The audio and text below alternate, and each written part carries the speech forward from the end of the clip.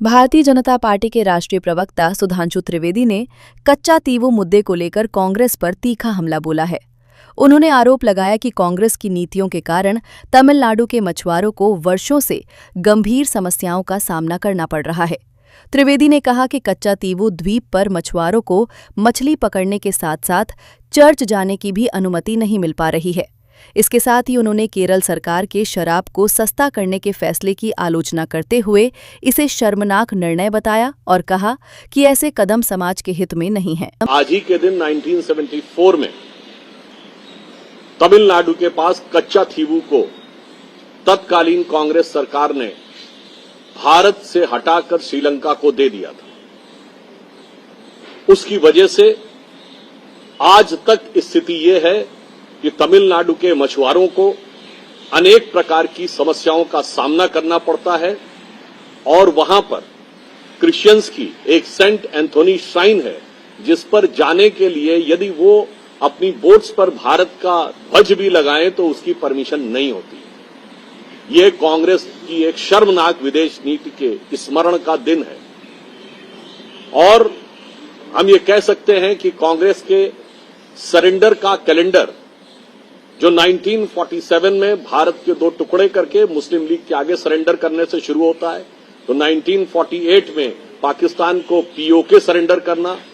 तो 1962 में चाइना को अक्साई चिन सरेंडर करना और लगभग आसाम सरेंडर कर ही दिया था, वहां से और मानसरोवर सरेंडर करना, वहां से लेके कच्चा तीवू को 26 जून 1974 को सरेंडर करना और 28 जून को वह श्रीलंका के नियंत्रण में आ गया। ये एक दुखद अध्याय है जिसे आज की पीढ़ी को याद रखना चाहिए और कांग्रेस ने भारत के राष्ट्रीय हितों के साथ किस प्रकार समझौता किया है वह आज का दिन याद दिलाता है। कांग्रेस पार्टी जो हाल ही में कांग्रेस मुस्लिम लीग गठबंधन जो केरल में सत्ता में आया है, यूडीएफ, मुझे लगता है कि कांग्रेस को सत्ता का नशा इस कदर चढ़ गया है कि केरल की सरकार ने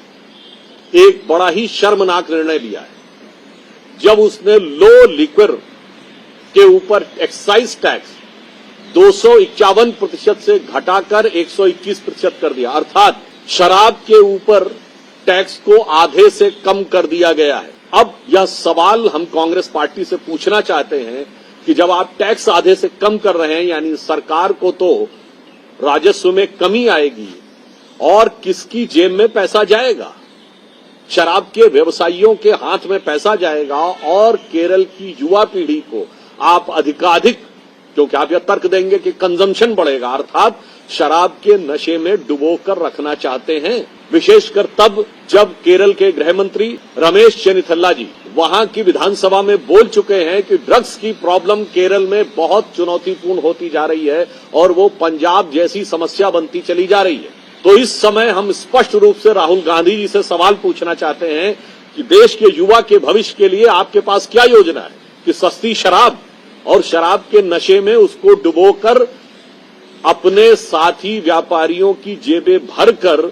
अपनी सरकार का राजस्व घटाकर केरल के भविष्य के साथ खिलवाड़ करना, इस विषय पर अपना तीव्र प्रतिवाद व्यक्त करते हुए, तीव्र रोष व्यक्त करते हुए कांग्रेस पार्टी से सवाल पूछना चाहती है कि सस्ती शराब में युवाओं को डुबोकर इस भारत के भविष्य के साथ आप खिलवाड़ क्यों करना चाहते हैं? और केरल की प्रबुद्ध जनता भली बात ये समझती है, कांग्रेस को याद रखना चाहिए, भले ही आप सत्ता के नशे में हैं, जो एक पुरानी पंक्ति है कि मुझको यारों माफ करना मैं नशे में हूं और बोतल में मैं में नशा, मैं नशे में हूं, मगर जनता इस नशे को उतारने का पूरा व्यवस्था भी जानती है और उचित समय पर इसका उत्तर मिलेगा। आज हम इस कार्यक्रम में आपसे विदा लेते हैं। आप अन्य खबरों के लिए बने रहे। राष्ट्र सर्वप्रथम, वंदे मातरम, जाग उठा है भारत। राष्ट्र सर्वप्रथम, राष्ट्र सर्वप्रथम, राष्ट्र सर्वप्रथम, राष्ट्र सर्वप्रथम।